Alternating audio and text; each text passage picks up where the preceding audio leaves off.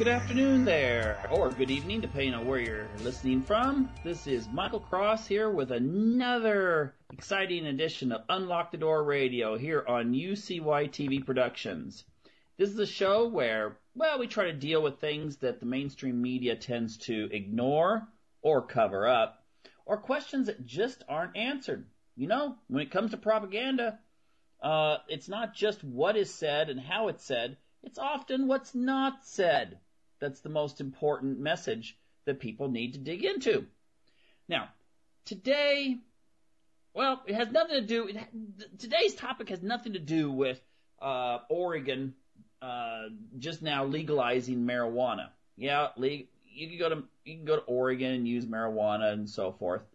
And, Oregon's always had this reputation, well, not always, at least since the 1960s, as being this really open, kind of hippie-ish area of the country. Of course, that's not totally deserved. What happened was that many people who flocked to Oregon because the universities had a reputation for being more liberal, they stayed, and, this process grew, and Oregon wound up, instead of being a kind of establishment Republican state, turned into a Democratic state. But before I go into all the politics and so forth involved with that, in fact, I don't even really want to deal with that, and I don't want to even deal with the marijuana issue. What I want to deal with is the question, and it might be a surprising question, but a question, let's just frame it this way. Were the hippies right? That's right. Were the hippies actually right in their philosophy and the way that they wanted to live life in general? Well, let's explore that and contrast it with where we are at today as a culture, society, even as a country. Now, there was one radio show host who, a very conservative woman, who once said that the way to measure a religion is what would be the quality of life if everyone in that country had that religion. I think that's a fair question, really, because, for instance, the Shakers of the 1800s, they believed that celibacy was the way to get closer to God. Well, there are no more Shakers anymore. The only reason they survived into the 21st century was because they adopted some kids and raised them in the faith. But the last Shakers died, it was quite some time ago. And so obviously a religion like Shakerism wouldn't work. But then again, we could look at philosophies like materialism connected to consumerism. Well, we kind of see that we might look at Western society today and think, wow, we have this really wonderful standard of living. Our kids run around with iPhones, and we have this goodie and that one, and, things must be really good. But at the same time, we have a marriage rate that has declined to, record low levels, a birth rate, especially amongst the middle class, that has plummeted. And in fact, neither the middle class of Canada or America, or for that matter, the entire population of Europe, none of them are above replacement. If you didn't have immigration, they'd be dying off. I mean, I read recently that if we just look at, racially, that in America there's more whites dying than are being born. I bring that up because if we take a look at the middle class, it tends to be mostly white. So if you look at, I'm sure if you took a look at, I've actually read that the birth rate amongst middle class black Americans is lower than that of middle class white Americans. Something then is not good if a culture is actually, if you just left it alone and you didn't have other cultures that had different mindsets that still had babies, if you didn't have them moving in and providing the workers of the future, then Western society would just collapse. It would die. So ultimately, what would happen if we adopted many of the views that the hippies had?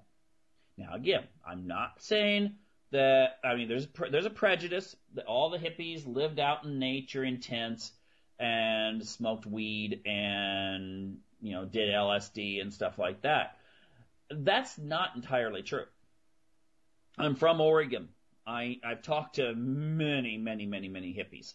Okay? I get along with them pretty good. And they come in all shapes and sizes. Well, I've actually never run into an obese hippie. Strangely enough, they all seem to be really, really healthy, which I always wondered, if they're living these lifestyles that everyone thinks they live, how come they're in such good shape? And many of them look very youthful. They might be in their 50s and 60s, and you're like, whoa, I thought you were like 35 or 40. Well, let's take a look at what seems to be what they said and basically how that could apply to today's society.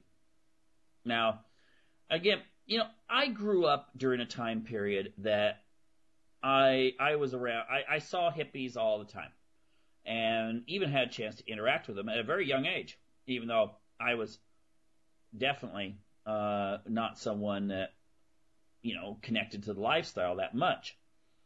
And the reason is because I'm from the Eugene Springfield area, and I was always kind of precocious, even as a little kid, 5, 6, 7 years of age.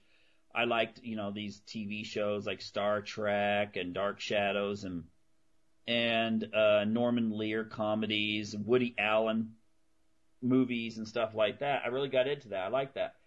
And I like to read too. Now, even though my family was working class oriented, and so forth. My dad worked in a lumber mill. We had a little bit of land, and my parents liked to raise, they liked to raise things. They came from that kind of background initially. And so they liked to raise chickens and vegetables, and I don't mean just a little garden. I mean a huge garden. It's like a half an acre that they had planted every year. And they like to do it pretty much organically, with a very minimal amount of artificial stuff. I still remember they would go, and it sounds kind of disgusting, but they would go and purchase this treated sewage that was turned into fertilizer. And organic farmers could purchase that, just like many farmers nowadays for strawberry fields will purchase tons of the waste from horse stables and stuff and use it on their land. I mean, that's natural fertilizer and stuff. But anyway, just going beyond that, I'm not going to get into horticulture issues. My family went and they like to sell this kind of stuff to the local hippie store. Yeah, we had one. Actually, it was fairly large. It's not there anymore, unfortunately. But it was a hippie store where people could go in and buy vegetables and eggs, honey, and all these kinds of items that were organic, which no pesticide was used. And, well, in those days, they didn't have GMOs. But essentially, the things were raised from the land itself, from organic, non-corporate sources. And they'd sell this stuff at the market, and I would go with them. And sometimes my parents would pick up reading material, and I would read that. I still remember reading this. Oh, they had this big journal. What was it called? The Whole Earth Catalog. And I found it very interesting, along with a lot of other publications. And essentially, it was about living a natural, sustainable, and I don't mean sustainability in like the Agenda 21 sort of definition. I mean sustainability where farmers in the old days, like in Germany, they'd take all the soot from the fires that they would burn to keep warm in the winter, and they would spread it on the land. They'd also rotate their crops. At least up until recent years, it was the farmer had a connection to the land. And then he would pass it on to his son or sons, and then they would pass it on to, and so on and so forth. So you had this kind of sense of let's just keep things going. And so then you did have to employ a lot of stuff that's not so much employed nowadays. So anyway, they'd pick up these catalogs, I would read them and so forth, and I found them interesting, even though I kind of still looked at these people with the long hair and stuff like that as being kind of weird. Well, now let's cut, though, to the messages. And I don't mean the stuff you see in the movies, because I really think that to a degree, the whole hippie movement that existed from the late 60s to the mid-70s, that was when it was highest. There's still hippies today, but when it was big culturally, was co-opted and maybe even destroyed by Hollywood. Because you got a message that was out there. That was, okay, this is what hippies are, they're kind of like these airheady people who are just into drugs and maybe not showering and stuff like that. And even nowadays, I remember my daughter and I were watching the remake of Dark Shadows, the Tim Burton one. And the hippies there that Barnabas Collins was sitting at the campfire with, they're all kind of like, yeah, love, man, and all this kind of stuff. And it just seemed like they were all like Shaggy from Scooby-Doo, and that made it kind of look a little bit unattractive to the population at large. I do remember that the people that were my age, once the late 70s came, they might have had older brothers and sisters who were into that kind of hippie movement, but they were like, I want nothing to do with this. Because it had turned into a situation in which, well, there was a stereotype. And it was kind of a negative stereotype. So anyway, the thing is, I think that film kind of turned people away from it. We can also mention such things as the fact that, this gets into conspiracy theory, but, if you take a look, the only thing you have to do is Google LSD and the CIA and the counterculture movement. And you may be surprised, because when I first heard about these connections, I was like, whoa, now wait a minute. It's just another one of those CIA creates earthquake in remote region, or, those kinds of things. Everyone blames it for everything. Got athlete's foot, it must be the CIA. Well, actually, if you look into it, there was a connection. But that's a totally different story here. But still, there was a connection there. Some people feel that drugs were used by the U.S. government, promoted, and so forth, so that the counterculture movement would be destroyed and discredited. Because, the counterculture movement was actually asking people to question authority. And while it may have in some ways been a little overboard in some respects, it was doing something that had not been done in the 1950s by these people's parents. And that, in the 50s, it was sort of a, hey, things are good, don't question it. Let's just go along with it. And there was a certain narrow band of, right wing, left wing, you kind of stayed in the center, and everything was good. Okay, and there were people that, of course, questioned it, but they were like these really fringe people. And, of course, you had the McCarthy era and that sort of thing, where people were a little bit more afraid to express an opinion that might be negative to the government, because then people might say, oh, you're one of those right-wing, or you're one of those communist agitators, or something like that. But in the 60s, they were questioning the whole premise of foreign policy, consumerism, and all these other items. And, if you suddenly wound up with a society of people who were comfortable enough that they could question, in those days, if you had a high school degree, that was considered, wow, that's your ticket to success. And if you had a college degree, oh my gosh, you could take off a couple of years and go live on a commune or something. you knew that when you came back, that even with a liberal arts degree, you could get work. And in those days, one good job could support a family. So people were comfortable.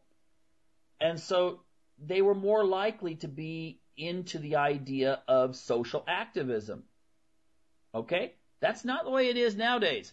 Our standard of living in the United States has declined. I don't care, you say, yeah, but I got an iPhone here, and I got a flat screen TV, and I've got a great apartment. Well, you know what? At the same time, when your parents were your age, if you're a millennial, especially, or even a younger generation Y, your parents were living in a house, and they, with one income, and supporting a family. Whereas many millennials nowadays, with all their cool electronics and gaming and all this other stuff, are struggling to maintain an apartment in, an urban setting. So don't say, the thing is, our standard of living has declined. And if you're you're the kind of person who thinks, oh, well, there's always jobs out there. Well, you know what? That's not the case. And if there are, I just remember, and I brought this up on the previous show, I remember when I was in college, and tuitions weren't that high. I mean, I used to think they were kind of high, but they weren't that high. But when I was in college, I wanted to make sure I didn't have to take any student loans. So I worked part-time in a lumber mill for about 2 years, actually. And even though I was making good, I was making about $16 an hour. And I know someone today who was bragging on Facebook that he had just landed a job in which it was pretty much doing the same exact job I did when I was in college, doing this as part-time on the weekends. And he was making less than I made then. So if you're lucky enough to have a working class blue collar job, it's going to be paying less. And those jobs are either being sent overseas. Hey, TPP passed. Yay, gay marriage passed. Yay. Now you can go, you'll be able, when you lose your job because it's being outsourced, at least you can go with, if you're married and you're a gay marriage, and I'm not, whatever, you want to get married, fine. Go ahead. Go ahead and legalize polygamy. Okay, I'm very libertarian on that.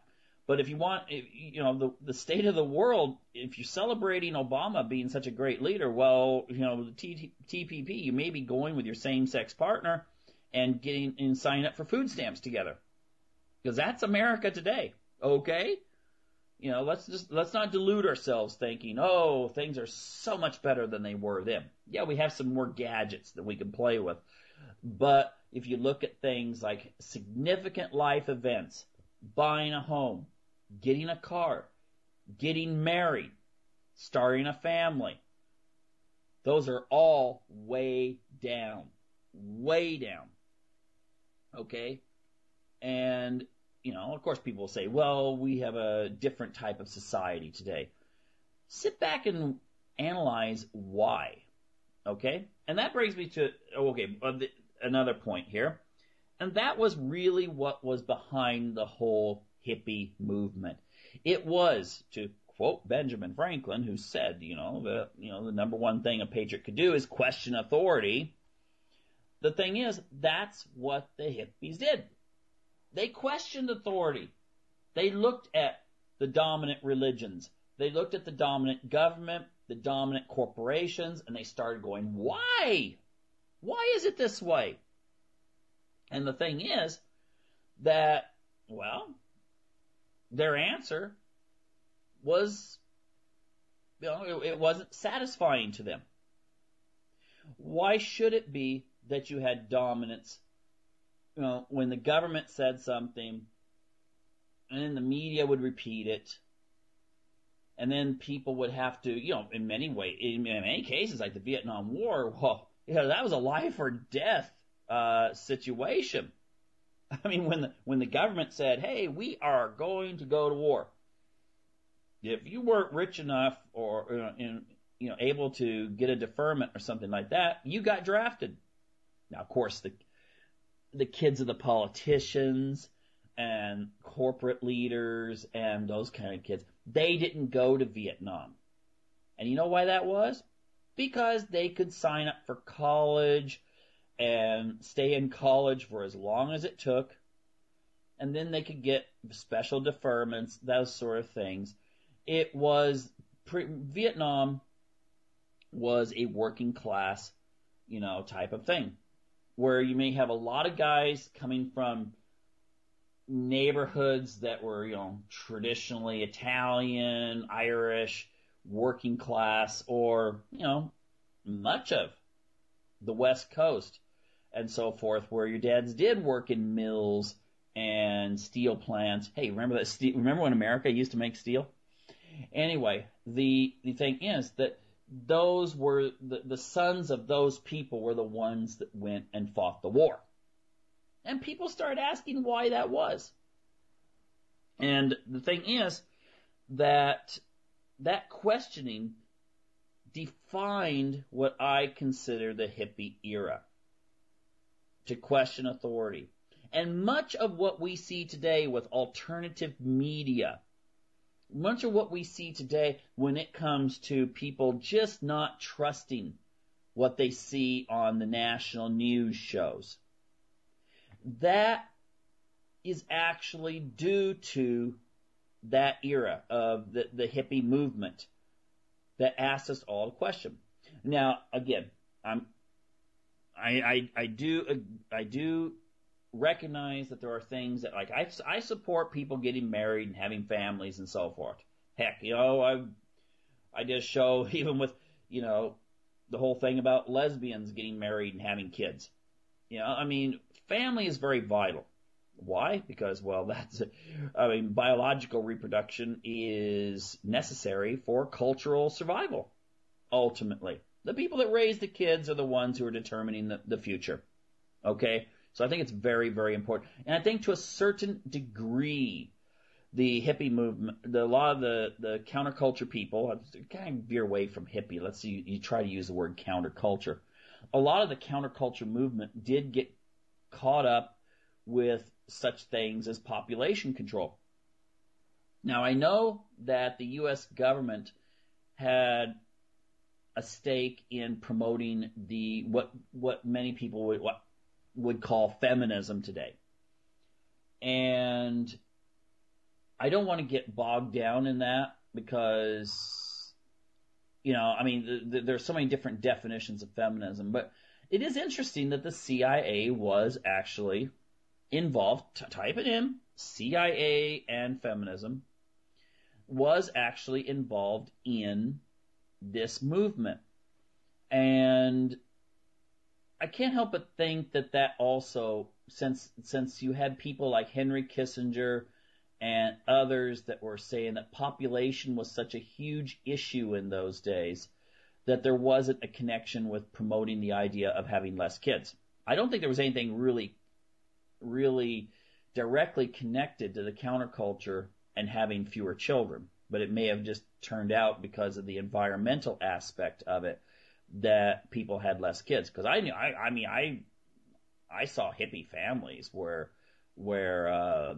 the mom and dad had 5 or 6 kids, so it wasn't all a uniform thing. But I think it eventually crept in, and I just wonder sometimes how much of it was natural and how much of it was actually part of a bigger agenda from a bigger government. Because I don't think the government just sat there and said, oh my gosh, these people are doing all these things and, what are we to do? I think they took action. I think they try to divert people's attention into, different forms of consumerism and different types of social activism that actually took away from the root of creating a new way of living and instead turned it more political and therefore made it not so much of a way of living, but a way of thinking. And when it's a way of thinking rather than a way of living, then you're going to have a situation in which the people will just, eventually start gravitating towards the dominant culture, which is going to be consumeristic. Now, I will note on this population thing that we have not had a positive birth rate in the United States, and that's with everyone combined. We've not had a positive birth rate in the United States since 1973. Well, is that a coincidence? I don't think it had anything to do with abortion. Yes, that had something to do with it, but I do know that there are countries where abortion is illegal or has been made illegal, and it causes a little bit of a demographic blurb, where you'll have a little bit of growth and then it goes back down. People, making abortion illegal does not really have a huge effect on the birth rate overall. But in 1973, when, yes, abortion was legalized, in 1973, that was the last time Americans had enough children per woman to replace themselves. All right? And even though those people that were living in 1973 are still alive with us today, the people that were born in the 40s and 50s are still primarily with us today. It's just now they're starting to die off. And that is why, statistically, at least within the white population, I would also probably think that the Asian population, Chinese and Japanese Americans, you have to break that up there, that there's more dying than being born. I know that's the case for the Jewish population. There's more Jewish people in America, at least, who are elderly and dying than are actually being born today. I mean, this is something I don't think most people consider. They just think, oh, we're growing in numbers. Well, most of it's due to immigration. And, that temp in the number of older people because of an increased longevity. So anyway, let's look at some of the things that we could learn from the hippie movement. One thing I think we could actually learn from these people is, well, when it comes to organics. Now, the thing is, I will say this. The food that you bought in the store, let's say you went to the local supermarket, just regular everyday supermarket, back in 1970, let's say, or even up to 1980 for that matter, was, compared to today, organic. That's right.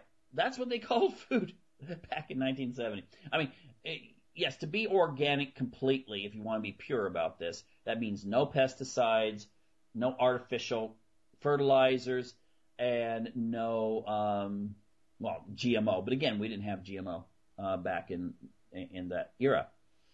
The thing is, though, that aside from the pesticide use, and that was chemical and you could wash it off, that was, the food you were getting was organic. Now, today, think about your food. Most people don't want to think about their food. Why? Because it's scary to do so. Even though there are a larger number of people doing so, thinking about it. Still, the vast majority of Americans like low-cost food.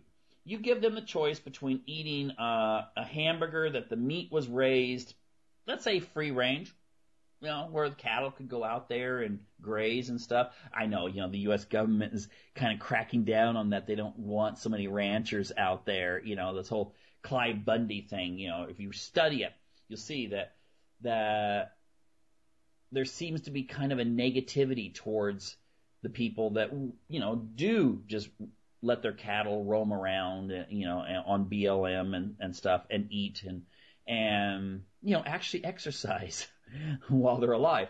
But anyway, if you get that kind of meat does cost usually a little extra. Now, of course, you could buy meat that's been raised in factory farms, in which if you buy hamburger, those poor cows are given all kinds of hormone treatment. Heck, you think that these weightlifters that you see that look like bugs, they get hormones? Think about the hormones that they give to those cattle. Okay?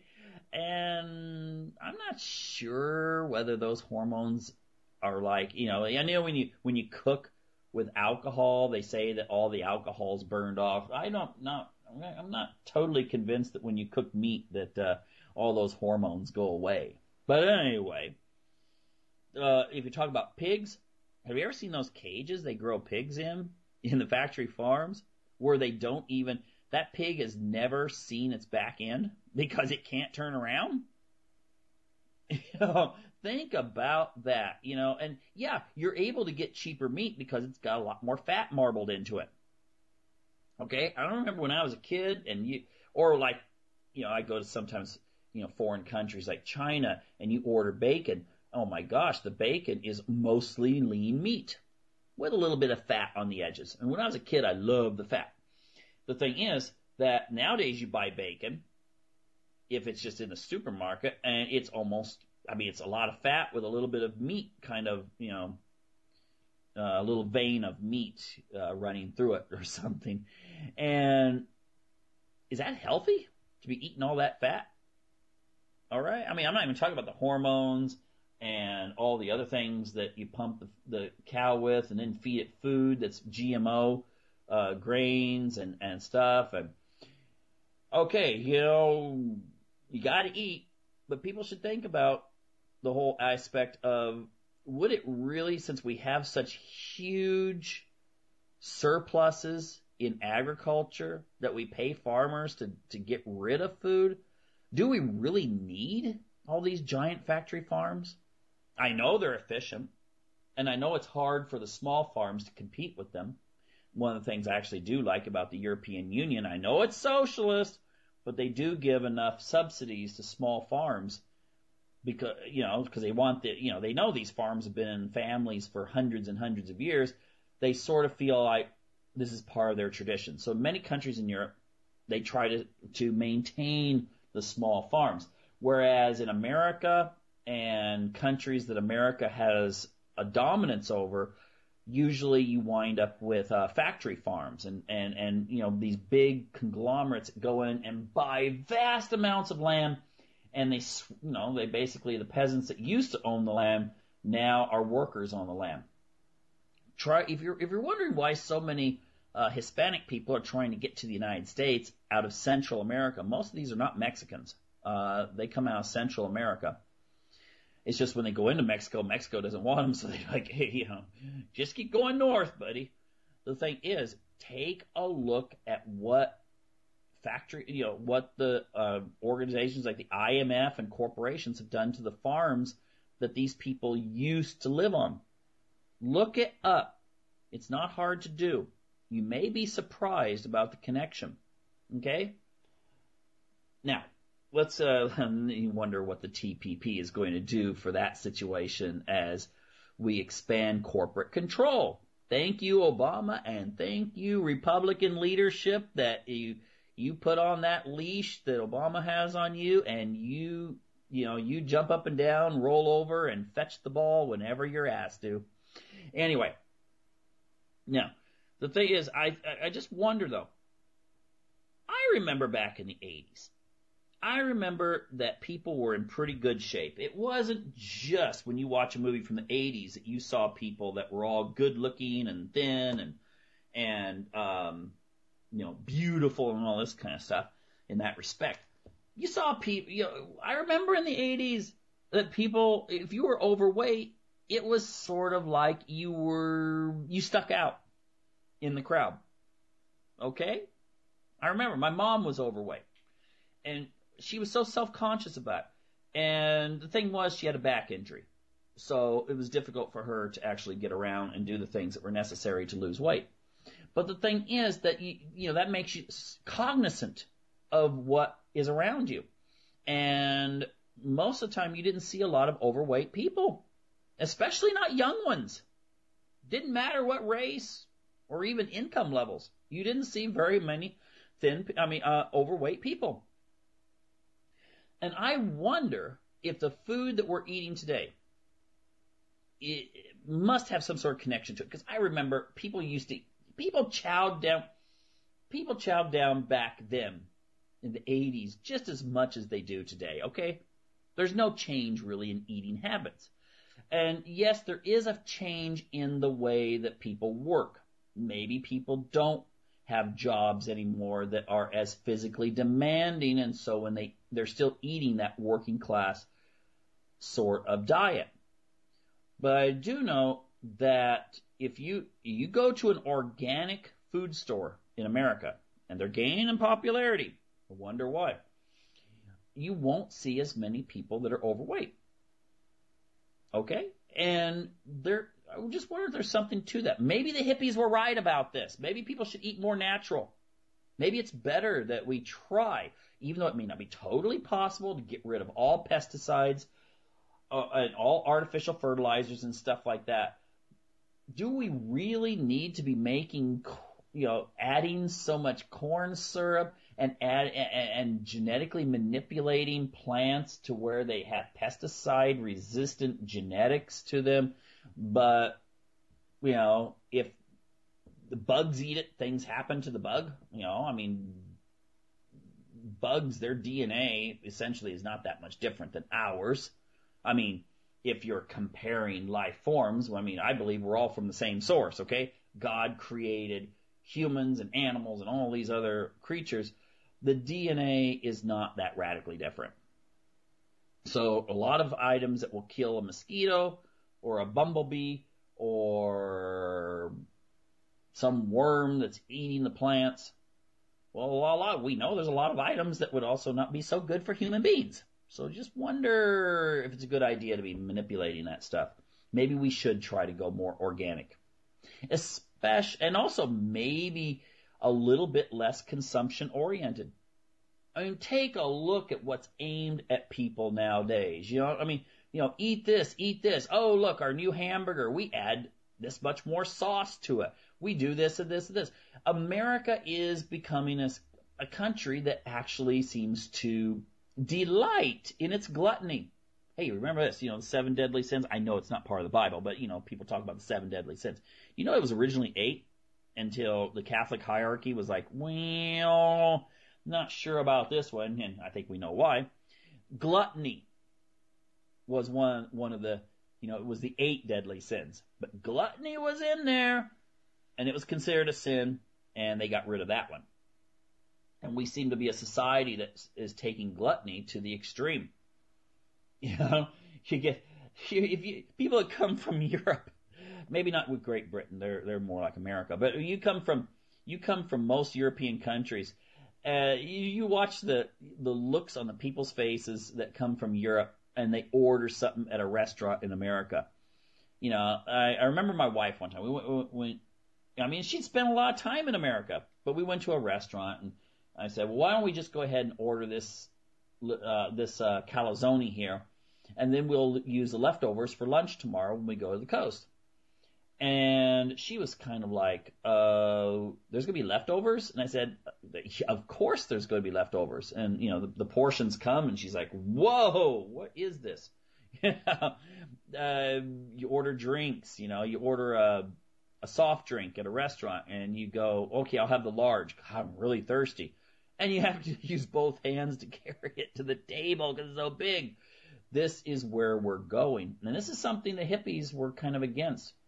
They were against gluttony, and they were against overconsumption. All right? I don't think you should feel guilty for eating or wanting to eat good. But don't you think we're taking it a little bit too far nowadays? Now, another area that a lot of people don't really give credit to the hippies for, but maybe they should, is homeschooling. Yeah, that's right. A lot of the homeschooling movement came out of the 60s, and it was an idea that the corporations were going to be, you send your kids to school, the corporations are trying to teach a certain thing.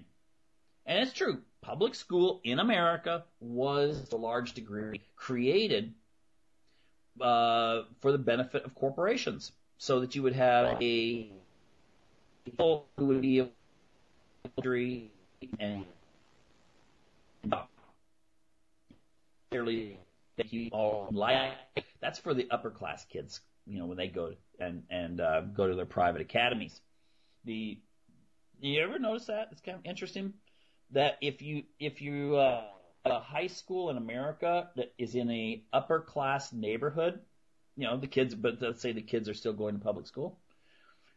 The rules are so much different. The attitude is so much different. The teachers are more like, there as facilitators of education for the kids. Often there's a more informal communication between students and teachers. And it's almost like a little bit more like a university setting. No, not completely, but there's a little bit more informality, and the rules are not usually so strict. By the way, the schools usually they don't have as many kids on Ritalin and stuff like that either. But the rules are not quite as harshly enforced. On the other hand, you can go right across the boundaries into the working class neighborhood, and they are really strict. Everything is strict, strict, strict. And maybe there is a different attitude on these kids in the working class neighborhood are being raised to plug into working class jobs, military, that sort of thing. That's where the military usually comes and recruits the kids, on campus. They'd have their tables there all the time.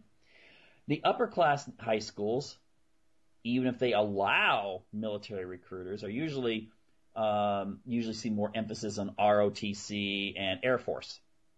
And often the military isn't even allowed to come onto the campus to recruit. There is a caste system in America when it comes to schools. I'm sorry, it's just the way it is. And it's not so much they spend more money on kids in richer areas, it is that there's a different mindset. Okay, from everyone. There's less authority being exercised in the upper class schools versus the working class schools. So anyway, the hippies were the ones who were like, I'm going to raise, many of them were like raising their kids and teaching their kids. I remember seeing many pictures, they're out there, their renovated buses, and they got their 4 or 5 kids sitting there, a lot of times out in the sun, with their shirts off, and if they're guys, and they're studying. Mom's giving them a science lesson or something like that. And it wasn't so much the Christian right that got into this idea of, hey, why don't we just teach our kids at home, when they got mad about, various secular things in school. The groundwork had really been set by the hippies, who had already said, dude, I'm going to raise my kid the way I want to raise my kid. Okay? So, let's just go ahead and do it that way. And then many of the Christian parents decide, yeah, let's go for it. Now, the other area though. Oh, by the way, I just want before I leave homeschooling, let's just consider that when you go to a homeschooling like convention in the Pacific Northwest or California, you're going to see people. You'll get your hardcore, Christian conservative types, but you'll also get academic types. I don't mean that they are separate from each other. I just mean there are some people that are not so concerned with religion, but they want their kids to advance academically. They want Mary to be in college when she's 16 type attitude. Or they want their kids working on science projects and math that is normally, first year of college. They want them working on those when they're 14, when you still have this kind of idea of this awe about the beauty of those kinds of things and what you can do to manipulate the environment. So the thing is that you'll see this coming together. And again, it's not so much that they agree with each other, except in the area that they agree with what they don't like. All right? I mean, the hippie type person that's still around, or the academic, they're not so much concerned that the kids learn the 10 Commandments, for instance. But they are concerned with that their kids learn how to think for themselves. And that's, contrary to popular belief, that's what the Christians want too. They want their kids not to just be created. What was the name of that show? or video or whatever, Pink Floyd's The Wall or something. I just remember this, all these hammers marching in unison. And the thing is that the Christians don't want that. That may be what a lot of liberal people think they do, but they don't. Now, then we go into that whole idea of living in a sustainable world. Think about how unsustainable the consumer mindset of today is. Okay? I know people who have, for instance, they're married, they have large families, and they teach their kids gardening skills because they want their kids to learn how food is made. Okay? They want them to appreciate that. And when you have kids working out in your garden, they also start learning that plants are delicate. You put too many chemicals on them, they die. They don't get enough sunlight, they die. Or at least they don't produce as much. And this is a lesson that maybe is a good thing for kids to learn, obviously. But I also notice that these are the kind of people who they don't waste as much. They actually are a little bit more conserving. Now, the thing is, a lot of kids, of course, those kids probably have TVs or computers, and they know what other kids have, and often they'll complain. Why does all my friends have this, or why do all my friends do this? But the thing is that when they get older, they've learned to appreciate that stuff. A lot of times now, with our, one kid families or two, we wind up indulging the children. And that's actually, in Europe, for instance, that's actually been linked to why we have more type 2 diabetes. Because, if you're growing up in, let's say, a Mormon family of Orem, Utah, even if your dad has a really good job, you go to the store, you're not, there's still a food budget. And if there is some snacks to be bought, the consideration is that you're not going to buy a big old tub of ice cream for each kid. But if you only have one or two kids, yeah, sure, indulge them. Mom, I want this. And you say, no, you don't need that today. I want more. And then, mom's like, oh, I feel so guilty. I'll buy it. Yeah, just to make you shut up in the store. People are looking. And this creates some very bad health problems. This is why we do have the type 2 diabetes on the rise. And if we live with a mindset of sustainability, if for instance, I really hate to see people throw meat away. Have a bite off a chicken leg and then throw the rest away. There's just something that, I'm not a vegan, I'm not a vegetarian, but I do feel that we should respect the fact that what it took to get that chicken leg on the table. Okay? You had to raise the chicken. The chicken had to go through a pretty miserable experience, dying, to put that chicken leg on the table. And then what? You throw it away? Come on. That's going totally against sustainability. And I will note that many hippies eat meat. And they did eat meat.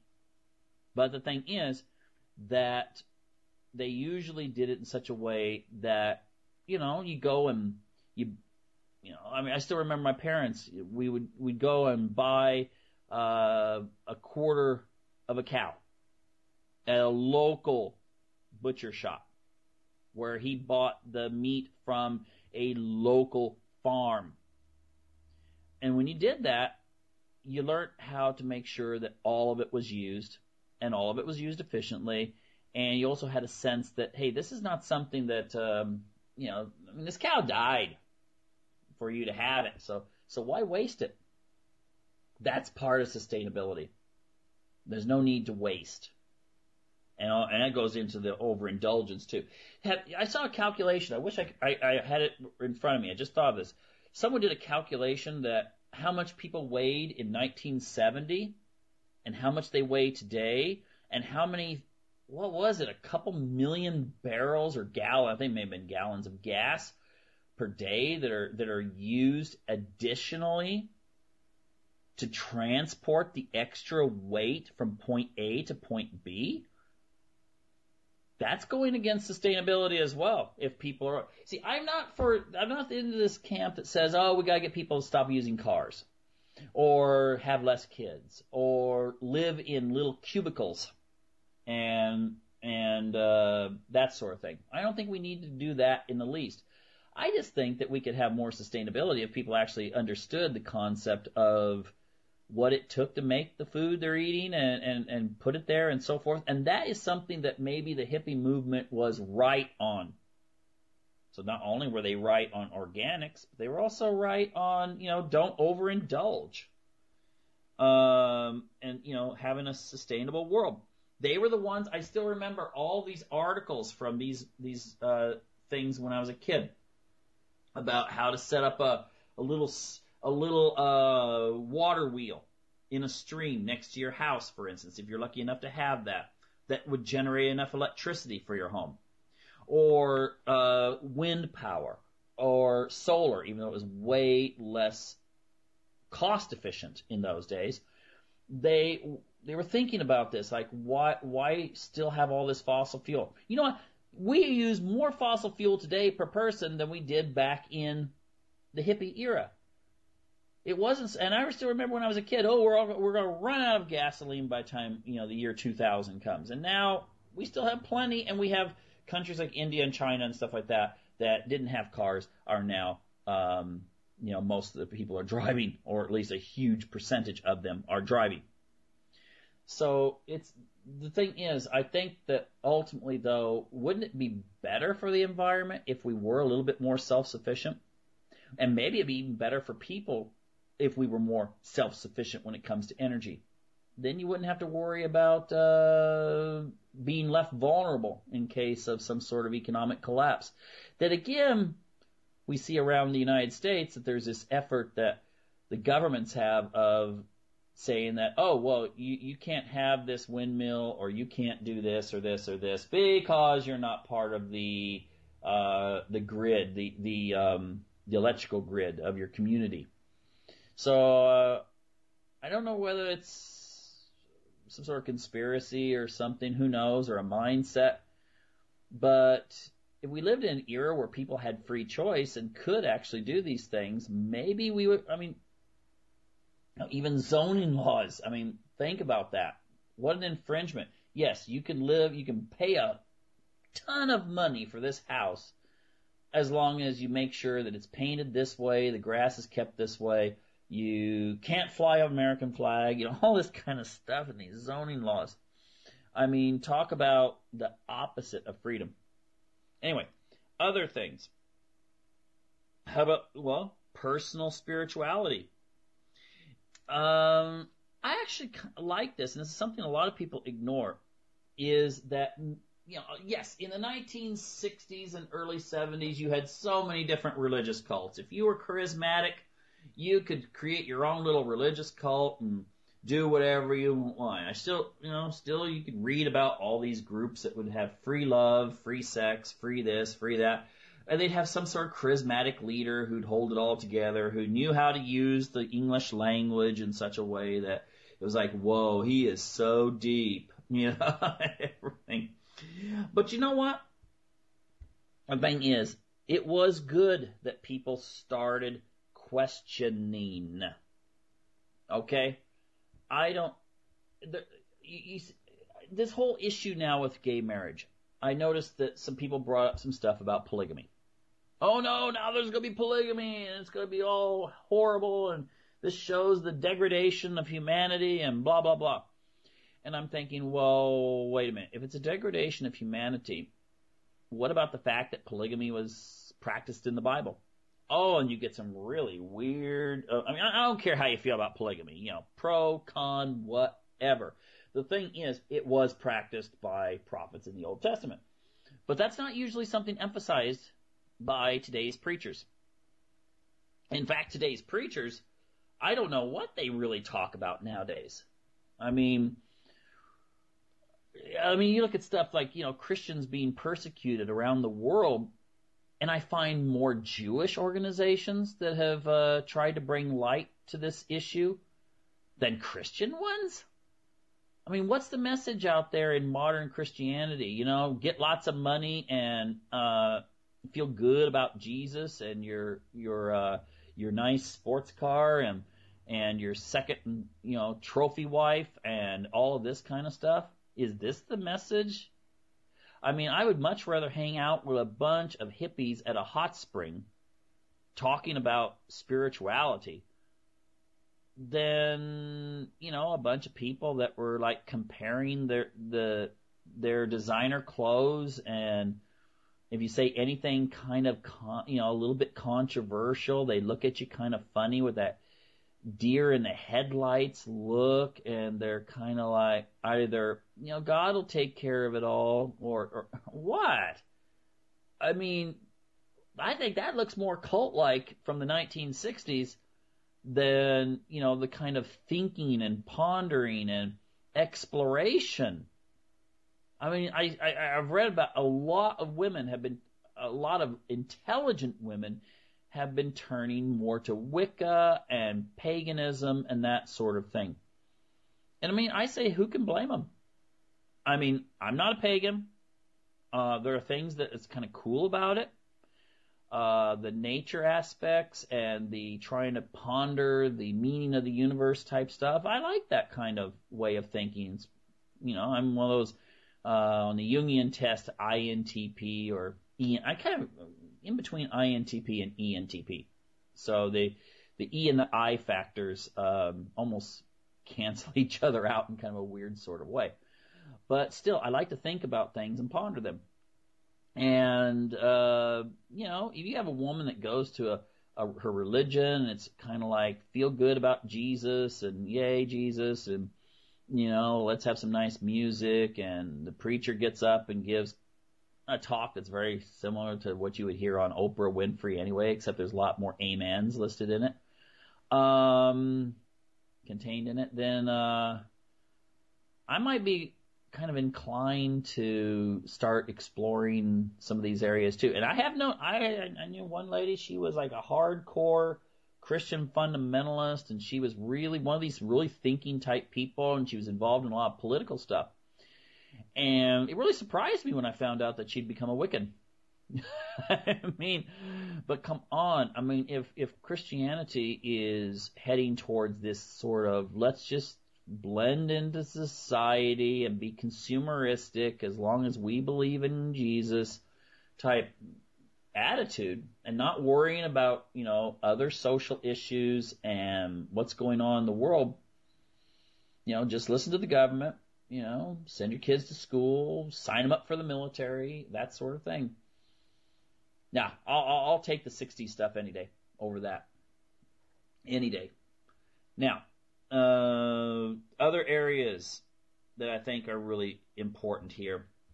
Essentially, again, the one thing I'd kind of skipped over, I should have gone into this a little bit more, is that and why maybe we could have another hippie movement, except for one thing, and that is we don't have the comfortable setting anymore. People are scared to death of losing their jobs. They're scared to death of their kids not, they want their kids career focused right off the bat.